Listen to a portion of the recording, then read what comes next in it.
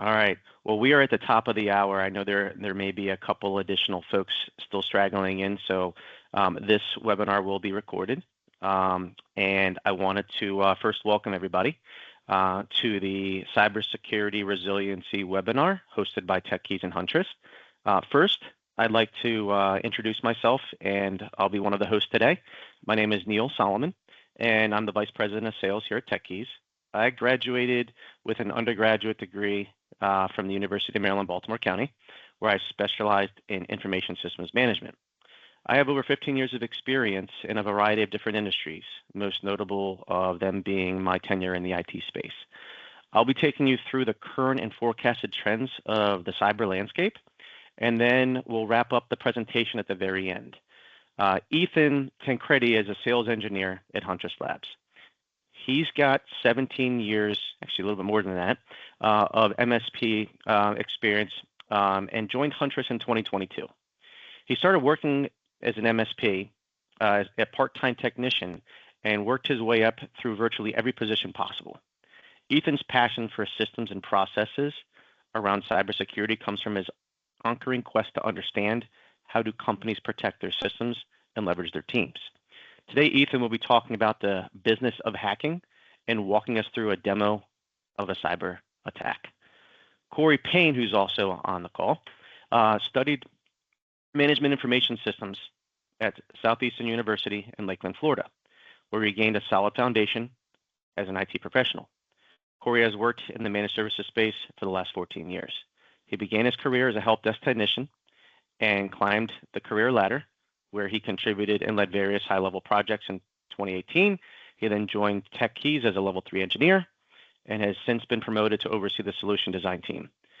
He's also known for his strategic insight and innovative problem-solving skills. Corey leads his team in delivering cutting-edge solutions that propel the company to move forward. Today, Corey's going to be answering any questions that you put in the Q&A tab throughout the presentation within Teams. If you are available to stay at the end of the webinar, Corey will be available to answer any additional questions that you may have. Without further ado, let's proceed. So just some quick information here around the current cybersecurity landscape and predictions. I'm not going to read every single bullet point here, but I do want to point out one, probably most important, if you would address your attention number 2. The IC3, which is the reporting arm of the FBI, showing was a $12.5 billion in reported cyber losses, which is up in 2023 versus $10.3 billion in 2022. So what this is really showing here is that the rate of cyber attacks on small businesses and the amount of money these companies are losing are extremely high. Unfortunately, all these figures are expected to grow as we finish out 2024 and we enter into 2025. This is because, as Ethan's going to show you and dive deeper within his presentation, hacking is a large and powerful industry, as I'm sure you're all aware of, filled with organizations of hackers, similar to infrastructures like ones we have and we operate in today. I'm going to now pass it over to Ethan. He's going to go show you further insights into the business of how hacking and showing us a real demonstration of how hackers can get into your network and steal your data with just one wrong click. Ethan, turn it over to you. Thanks so much. And I just want to emphasize one key part in that second bullet, which is that's the reporting arm. So those are losses that people report. We know that people don't always report financial losses to the FBI. So also just keep that in mind, that it's one of the numbers I love to use because it does sit in facts, but those are some big numbers, like 21,000 incidents a year average. I mean, just that's a huge amount of things going on. And really, cyber criminals earn money all sorts of ways. And if you are running a business, I know when I was on the MSP side, I would talk to the partners that I was supporting and my clients, and the emphasis was always on specialization, because you knew if you specialized, if you were a CPA firm who maybe specialized in supporting tech or a certain kind of accounting, right? You got better at that particular job. You could charge more. Cyber criminals are similar. They realize that if they specialize, they can get better. And so this is a little bit of an eye chart of things all over the ways, but these are all different ways people can get money. So bot master, well, what that is somebody who creates little programs that get put onto computers that run, and they become a robot, if you will, for that person to control and lease out to others. I read a report where there was a bot master who was earning $150,000 a year as passive income because he would just rent out his bots. You have access brokers. So these are people who specialize just in getting access to a machine. And then they sell that. You can see in my next kind of below them in the slide to a ransomware affiliate. So they get on, they sell the access to a ransomware affiliate. And you have developers. So just like you have software developers, you have malware developers who are out there doing key things, or they create exploits. So it really is a specialization that people start to take into account. So let's say you're like, all right, maybe I want to move over to that criminal underworld, and it's probably a challenge, right? And my answer is no, it's not. They have shopping places. So this is literally from one of these places out on you've heard the dark web, but these are places where threat actors can go to. So this is breach forums. I believe this particular online marketplace was taken down about the end of 2023, but you could go shopping there. So just like Amazon, you go there to find some key, your Amazon Prime days are going right now. You go to breach forums to find your cracking or your leaks tutorials. So, these are not places that, you are going for legitimate activities, but they're there, ready to go. So the first thing, starting up a new business, you need to get some clients. And on the business side, you're doing business development by sending out mass emails. Well, threat actors, that's their phishing. And so on breach forums, you could go buy some phishing tools, right? Maybe you need over there, my hacking realm has a Office 365 custom template, and he shows his work. So you understand, oh yeah, and he posted 192 times. He's verified, star. We can trust this person in a place where there's lawlessness all over the place. Or maybe you want to use evil proxies because evil proxy shows how much they charge for it. For 10, 20, 31 days, you have different rates that you can click on a link and get access to phishing campaigns and use phishing as a service. So this is how you are going to go out there and figure out, all right, I need to get some clients or people interested. I need to get some victims, right? I'm going to buy these phishing kits. Well, then you move over to, all right, well, I need something to monetize that even more. Maybe I need a ransomware kit. And software as a service, some of you maybe have bought QuickBooks Online. This is the equivalent of that, where you get, from this particular group, they have the better and cheapest FUD ransomware with a darknet CNC, command and control. That means to access machines. They don't do any fees, right? They don't take fees from your clients. That is anonymous.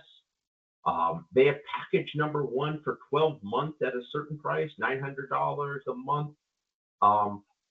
Well, I can also tell you, because I saw it, they had 3 other packages, and probably package number 2 was the perfect package, because inevitably people sell things in a, gold, platinum, bronze part, and you try and get the gold package.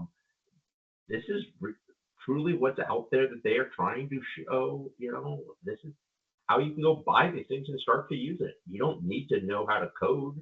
You could just go grab this thing, and as long as you've gotten an access broker to get you in, you can deploy that ransomware. But threat actors need to innovate. So just like a normal business is innovating, you can't, what you did yesterday isn't going to get you to tomorrow and help you stay ahead of the competition. Threat actors know this. Lockbit was a ransomware crew that recently was just taken down by the US government as well as some other groups. But back in 2020, they were coming onto the scene and they needed to distinguish themselves from the other ransomware crews. So they became the most prolific ransomware group that was in existence until they were taken down. Their first thing they did was they started a call for papers. They awarded $15,000 now they paid it in Bitcoin, but they were saying, give us your quote unquote research. Think of like an academic call for papers to how to hack into systems, how to create better ransomware, how to, exploit things better. And so they literally were paying out fees for people with their research ideas. So that's one example that was public, that they were very public about what they did.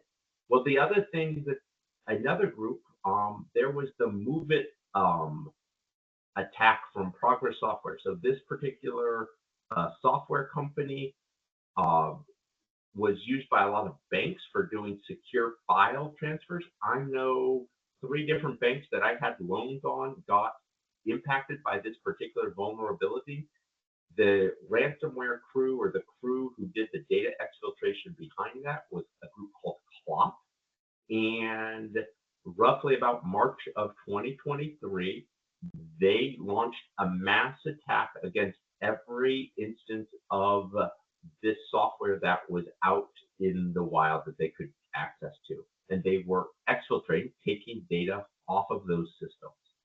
Well, they did all at once. And when the threat researchers began to investigate deeper, like, how did this happen? Like, it's really, doing something at scale takes resources. What they actually found was that, so there are these companies, incident responders, who go in and do forensics. They actually started realizing that they had evidence that for 4 years previous to 2023, so back in 2019, the Clop ransomware was actually testing out how to exfiltrate data from this particular software company and was innovating their code. And so they took 3 years to get it perfected, and then they launched an attack. So that's the kind of business research and development that is happening behind these organized crews. Now, maybe you're still like, really? Is that true? But yes, they're businesses. That's not a kid in a hoodie. They have HR teams. So here's a posting from one of these websites, or maybe it was a Telegram channel, that was the Vulcan ransomware team needing affiliates. They needed people to work for them. So this is about a year old from this post, but they were a new ransomware group. But you should come work with them. Even though it doesn't mean we don't have experience and we came from nowhere. But they are starting everything over again. And these are good bad guys because they don't target medical facilities. They don't target education or major government or nonprofit. They only attack companies that have the ability to pay the amount they request. We don't intend to kill any businesses. These are people who, A, they're trying to convince coders, testers, administrators to work for them, and B, trying to stand out in that dark world of, hey, come work for us. And these teams pay competitive salaries that are out there on the web. Now, you do have to get paid in usually some sort of cryptocurrency, but again, that's hide the tracks. Well, these HR teams, not only do they have to go and find employees, like you have to find employees, they also have to do things like performance reviews and award the employees of the month. So Conti ransomware crew, their documentation was leaked, and literally their employees had, key performance indicators. How many machines had they gotten into and launched ransomware attacks? What were they doing, and were they, getting enough fellow employees recruiting? Uh, so they had literally write-ups of people's performance and people complaining about their performance review. So like true HR as you have in just about any company. And then they have employee managers. They train their employees probably better than some companies train their new employees. I've been at a couple of places where I was kind of thrown into the fire and said, hey, figure it out. Day one, welcome to, this company. They're like, no, we're going to train our employees. We're going to give them a manual with all of the things to do. And these are all tools that are shown on the left-hand side about ways to use it. Now it's all in Russian. Sorry, I do not, I do not read Cyrillic alphabet, so I can't tell you everything this is doing. But they also, somebody translates some of the manuals. And so tier one, which is your intro level help desk associate, where Corey and I both started when we started in our trenches. They told you how to do an initial exploration, search for a company's income. So go to Google, put in site and revenue. So mycorporation.com plus revenue, and they showed you how to do some searches. Also, check multiple sites if possible. Use ZoomInfo, use DNB, use Rocket Rich. These are legitimate business sites. I know at Huntress, we use ZoomInfo, we use DNB to understand if a prospect is the right fit for us. They're doing the same thing. Is this the right fit? And then they give them commands. Here's once you're onto a machine, here's some key things you're going to need to do to get access and set us up for success. So the key thing you need to understand is that these are real businesses it's not one person. They're not put together fly by night. And the reason why that's important to understand is that a business then needs to grow. They need to constantly be looking for attack vectors. And that means that instead of just focusing on the big names, they're going to be trying to spread out to smaller and smaller businesses, because they also understand that larger companies have a larger cybersecurity budget, that they can put in place effective controls. And we'll talk about some controls at the end of this talk. But the cyber criminals want to go for what I'll call that low-hanging fruit. And for the most part, small business is low-hanging fruit that is out there. And you might think, oh, I'm a small business, 10, 50 employees. Do I have anything of interest? Yes, you have things that are of interest and that can be leveraged by these threat actors. So let me pivot over to how a user can be drawn in by a threat actor, and also kind of the control that can quickly be established once they get onto a machine. So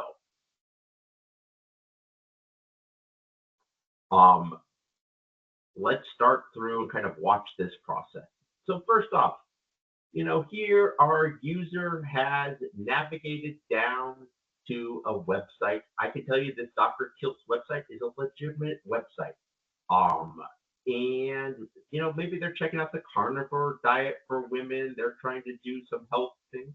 Well, websites, especially if they're not patched regularly, can get taken over by a threat actor. And this particular website, once you are browsing it for a long enough time, suddenly this pop-up appears where suddenly you're using an older version of Chrome. You should update it. Click the button.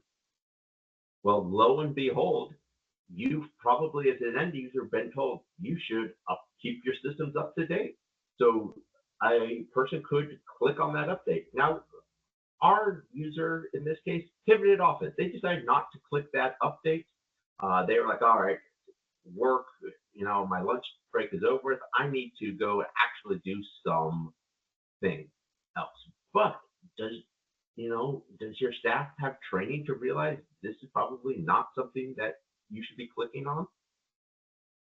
So our user says, I'm going to go to work. I need to move over to Google. I need to do some searching for some documents.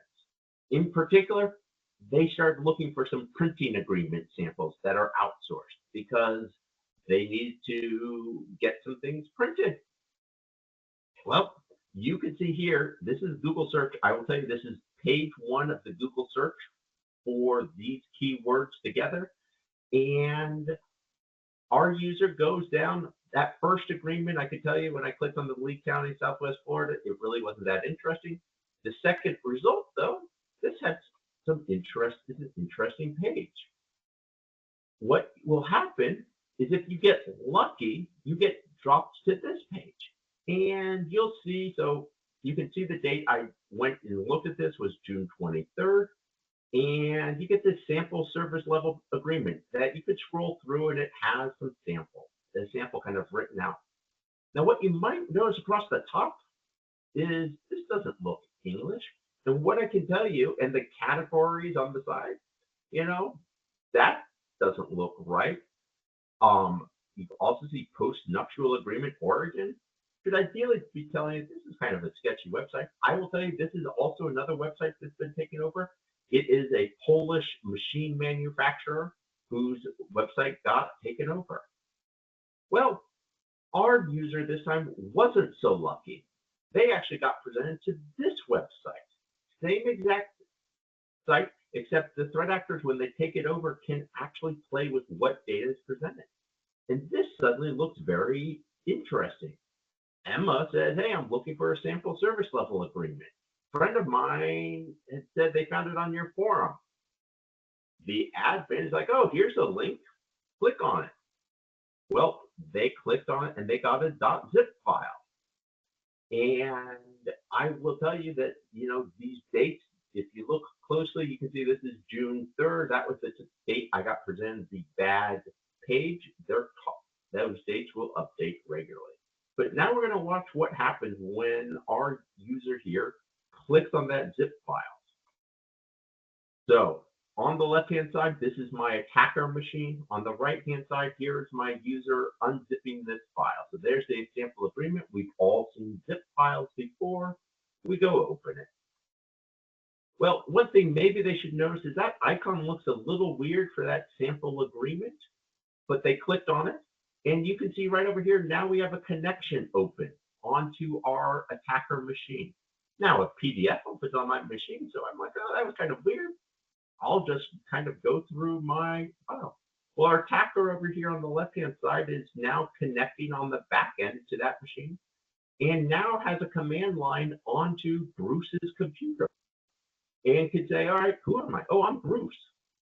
And now I'm going to go look at, administrators group on this machine. Who's in it? Oh, I can see Bruce is an administrator on this particular machine. So Bruce has control of everything that this threat actor needs to do. So this threat actor is going to navigate a little further and start to go look at, what's in documents. Is there anything interesting there? So they start to move through there. Oh, there's a finance folder. Let's go look in there. Oh, there's passwords and payroll. Now, this is showing that on the attacker machine, there's no files there in that attack folder. And he's going to go back and now start to run a command that you can see download C users. What this is going to do is it's going to go grab that passwords Excel sheet. He could have grabbed payroll or any other sensitive document. And now you're going to go see we have on our attacker machine a passwords file. So start to think about what that means for, access to a data. And let's use that. So that is really how easy it is for a threat actor to get into an environment and to start to take control on the back end. So defense is challenging. And this is where I'm going to turn it back over to you, Neil, to talk about why partnering with an expert like TechKeys is so key. Yeah, thank you, Ethan. That was a great demo. Great job. So now after that demo, you're probably looking at this chart and going, well, I'm overwhelmed. There's a lot of information here, and that's understandable. Some of those that are on the webinar are existing clients today, and some may be hearing about us for the first time. Remember one thing: cyber is a journey, not a destination. Therefore, taking a holistic approach to protecting all business assets is a critical function of cybersecurity. What you see here is the Center for Information Security version 8, which is a matrix that illustrated here, can show where there's potential gaps within your business operations. This is where an MSP can help. We use this framework to understand where the gaps are, where we can fill in, how it works, and why its best practices articulate potential gaps that stakeholders may not be aware of. Next slide. You'll see here's a quick, go ahead. Before we jump into that, Neil, just I want to call out a couple of things, like in that demo, how the CIS controls kind of flow back into it. So like email web protector browsers, like having, you all have tools to help web protection and web browsing that would potentially have blocked that first attack from it. You have data protection and access control management so that maybe users aren't, having access to everybody's passwords in an Excel file. Maybe you're using a password manager where you can talk through those things. You have, malware defenses and things in place to try and what I'll call a defense in depth for it, right? So, or security awareness training. Maybe had there been some training of that end user, they wouldn't have clicked on some of those lures out there. And it really, the key thing I want to emphasize for this audience is that there's multiple parts. It's almost like Swiss cheese. A piece of Swiss cheese by itself, it has holes in it. It's not going to stop anything, but you start to put these different layers in place, and that's really going to give you an effective blockage and starting to make your end users safe. Ethan, real quick, there was a question by Eliyahu on here. I just wanted to call and bring it back to you to see if you can just answer it for him. It's regarding the demo we just did. The question was, how much more secure are machines where the user is not an admin? Non-admins can't install software but can run most EXEs. Would the attack just demoed work on a machine that the user is not an admin on? So the difference would have been that for this particular one, had they not been an admin, that file that execute, they still would have probably had that remote control put in place for that remote access, but then that threat actor would have had to have worked much harder to actually gain what's called persistence, because yes, I was on that machine as a threat actor, and I could grab a file. So I could do that even if it wasn't what I'll call a privileged user, if they weren't an administrator. But all it would have taken, and I didn't show this in the attack, was I could have easily pushed a file down and ran that under that Bruce personality to put, we call it persistence. It's a way of staying on the machine so that had Bruce reboot his machine, I would have been back in there right after the reboot. And so removing those administrator rights is really key, because then the user is prevented from, making it that much harder. Now, there are things that threat actors can do to try and find vulnerabilities on a machine, but that's where then coming back to your CIS controls, regular vulnerability management, patching things becomes key. And so it does. So what I would say is that initial attack may have succeeded even as a low-level user, but it would have made the threat actor's job much harder to start to exploit it further and get further pivoting in the environment.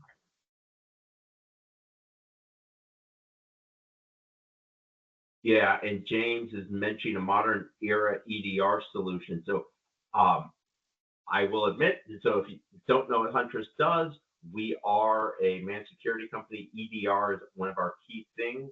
I pulled these both attacks, the Chrome update attack as well as this zip file attack, out of actual real world examples that our EDR, our endpoint detection and response, detected these attacks where the threat actors were tricking users to run files that started to give them access. And it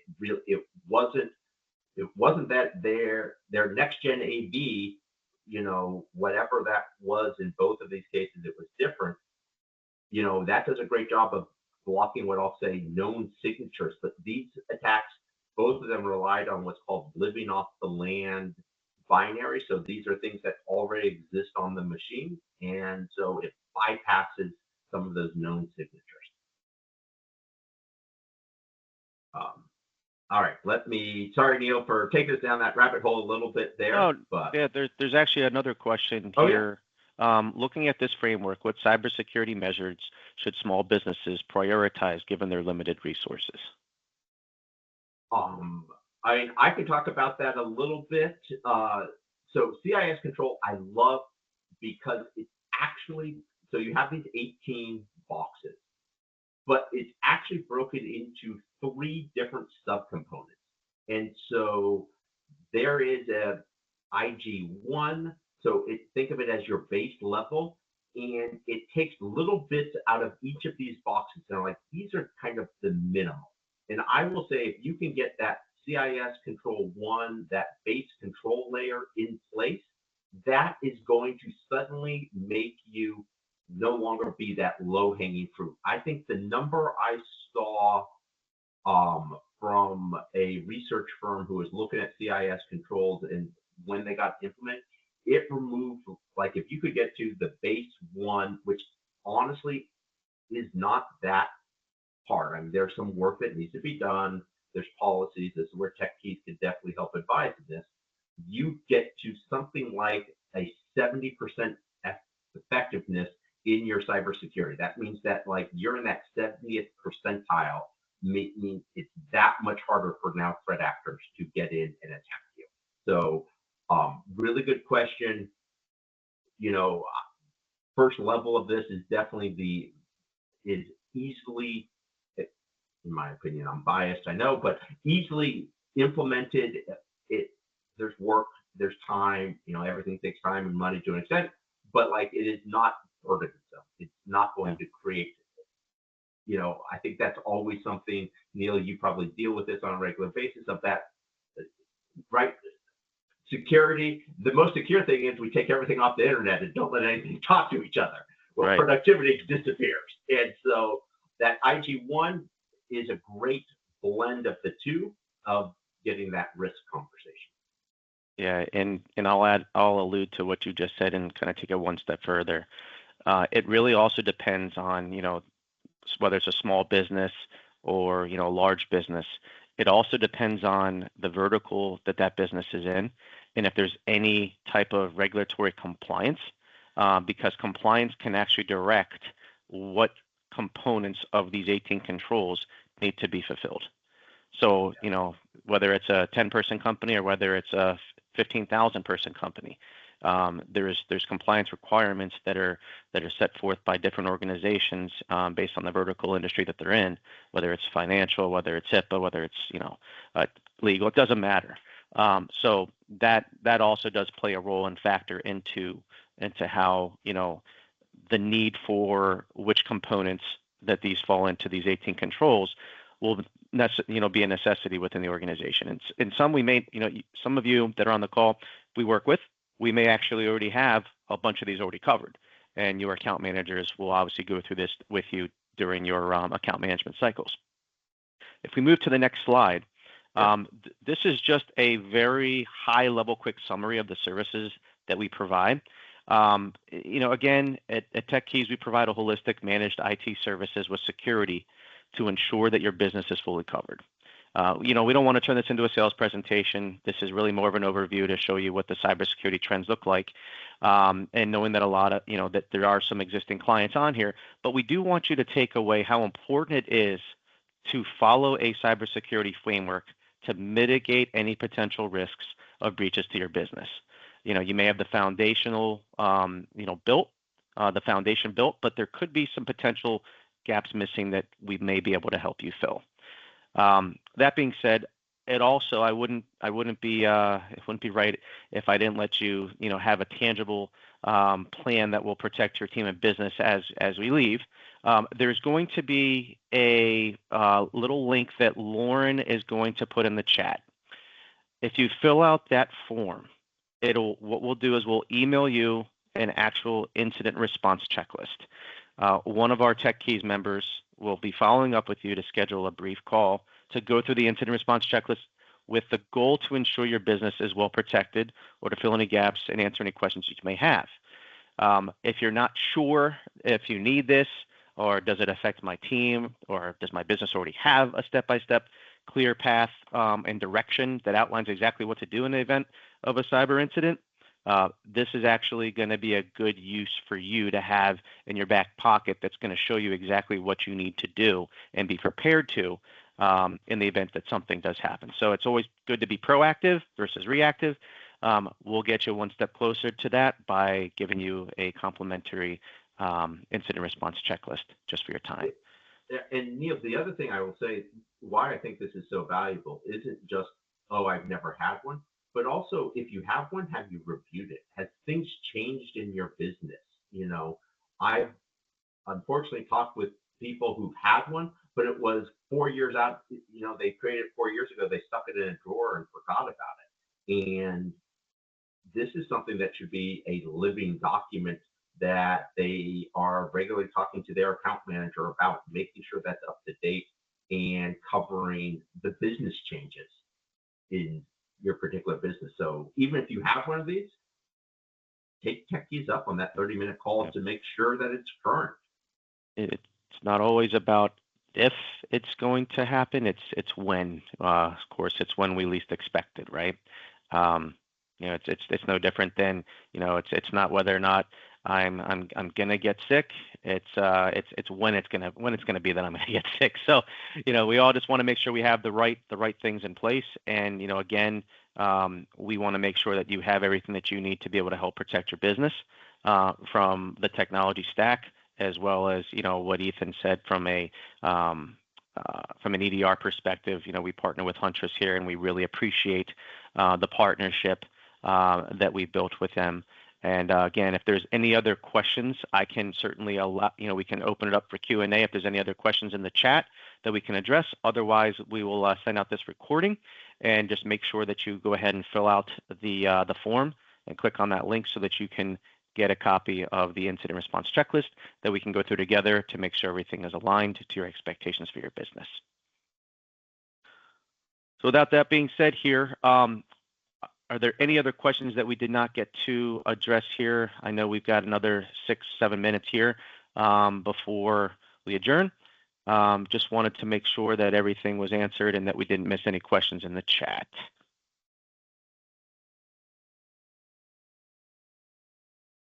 We don't have any questions I've missed. The one thing I will just add on, just because I am passionate about this part of incident response, is in your incident response.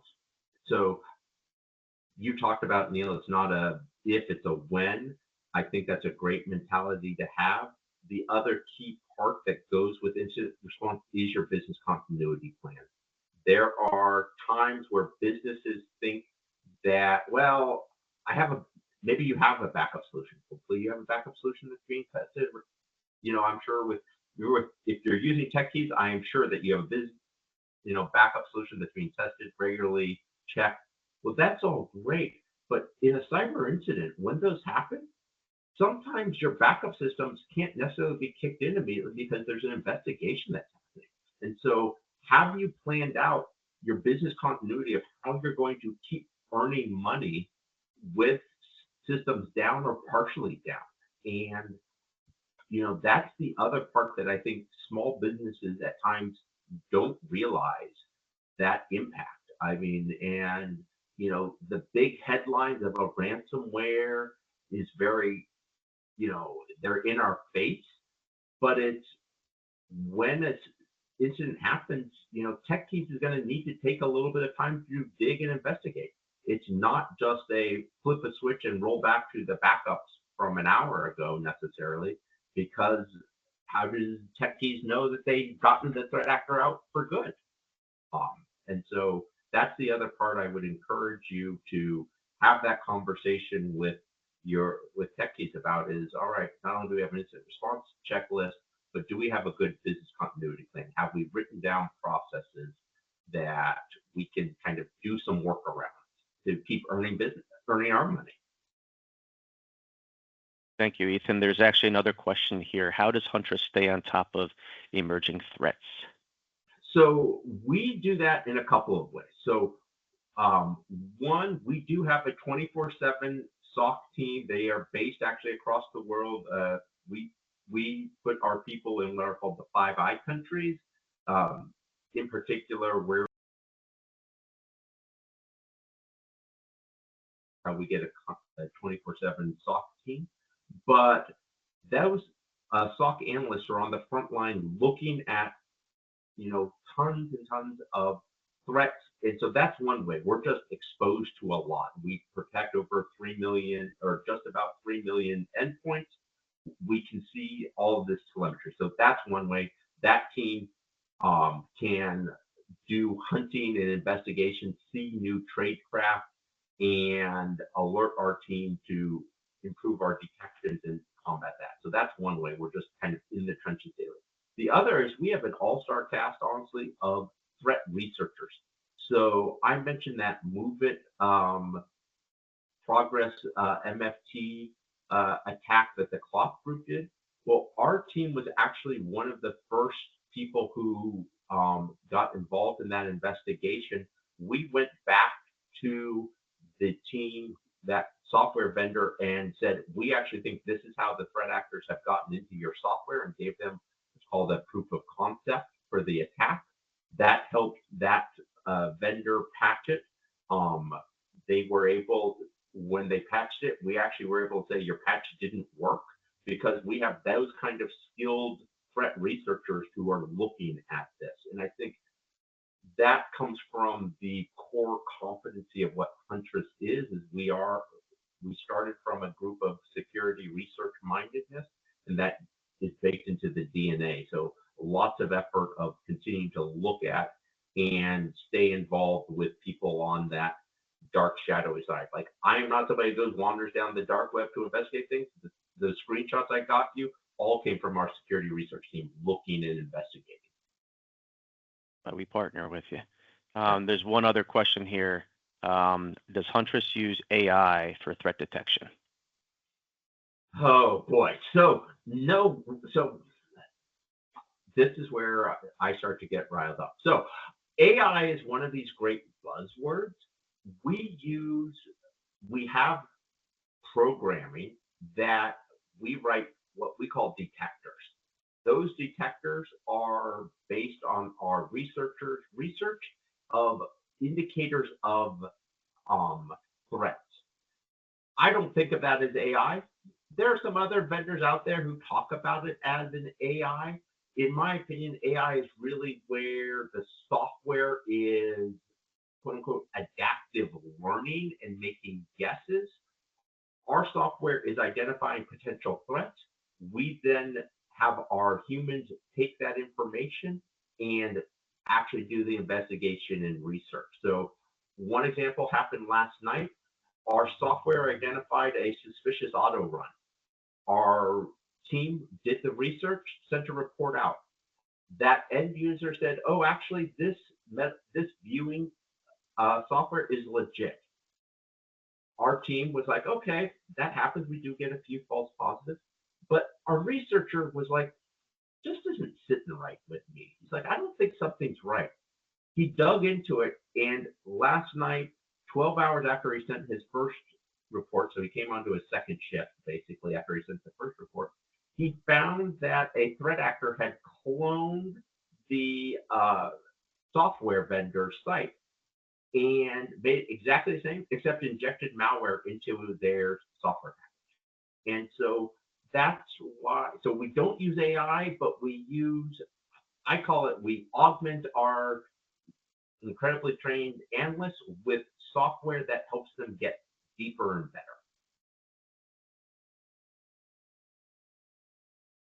Right. If there aren't any more questions in the chat, I believe we have 1 minute left. I am going to go ahead and wrap this up and just say thank you for attending today's webinar. I hope you found something useful that you could take away and that you could share with your organization, or something that you learned. This was an educational session. Please don't forget to fill out the form if you haven't. It's a great way to prepare yourself to be preventative, and don't be the guys on the news that you see Yeah. day in and day out. So with that being said, I would like to thank everybody again for attending, and have a great rest of the day. Have a great weekend, and we'll talk to you all soon. Thank you, Neil. Thank you.